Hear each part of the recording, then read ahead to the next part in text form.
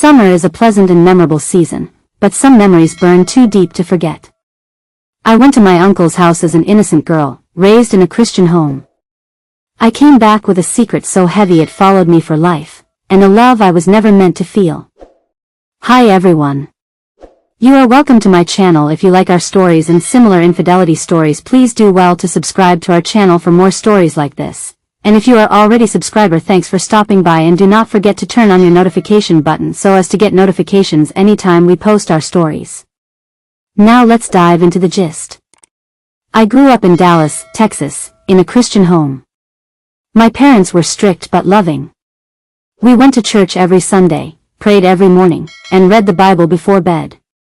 I was the third child among 4 siblings. We didn't have much, but we had each other. After high school, I was preparing to go to college. It was summer, and my parents decided I should spend some weeks with my uncle in another part of Texas. My uncle had a big family, 2 boys and 2 girls. I had met them before, but we were never close. The first few days there felt normal. We ate together, played games, and watched TV. I slept in the guest room, which was next to Victor's room. He was one of my cousins, a year older than me. He was tall, with sharp eyes and a quiet smile. I never thought much of him, until the nights began. One night, I woke up and found Victor standing by my bed. My heart beat fast. He didn't say a word. He slowly pulled at my blanket, opened my nightgown, and touched me. I froze. I wanted to scream, but fear kept my lips shut. I told myself it was just a mistake, maybe a dream. But it wasn't. The visits didn't stop. Every night, Victor came.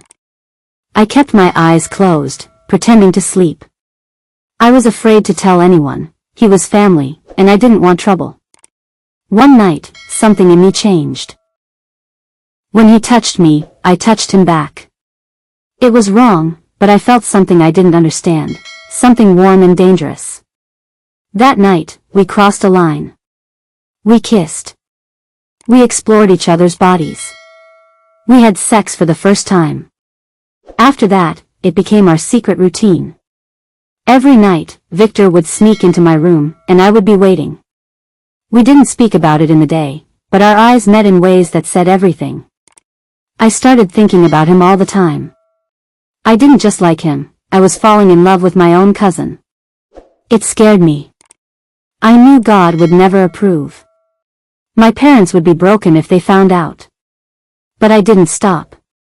The thrill, the closeness, the secrecy, it pulled me in deeper. When summer ended, I returned to Dallas. I hugged Victor goodbye like nothing had happened. My parents asked how my trip was, and I smiled, hiding everything.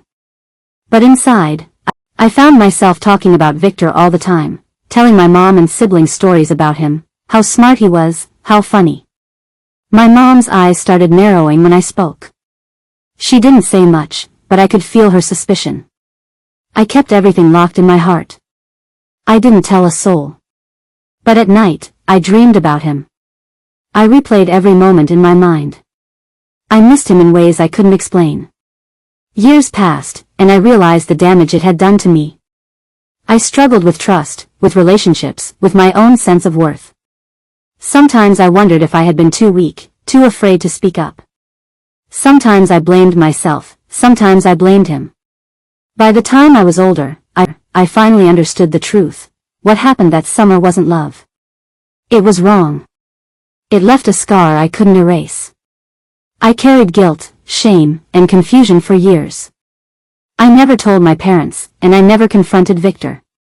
But I made one decision: I would never visit my uncle's house again. I didn't want to see Victor, not even from a distance.